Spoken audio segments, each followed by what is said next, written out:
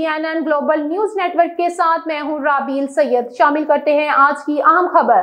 غیر قانونی LPG کاروبار کرنے والوں کے خلاف crackdown. Deputy commissioner Jhelum Waseem Abbas کی ہدایت پر Ishfaq Ahmed Gujjar, civil defence officer Jhelum کی غیر قانونی LPG کاروبار کرنے والوں کے خلاف کارروائی۔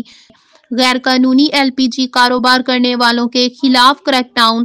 ڈپٹی کمشنر جیلم وسیم عباس کی ہدایت پر Ishfaq Ahmed Gujjar, civil defence officer Jhelum کی غیر قانونی LPG کاروبار کرنے والوں کے خلاف کارروائی۔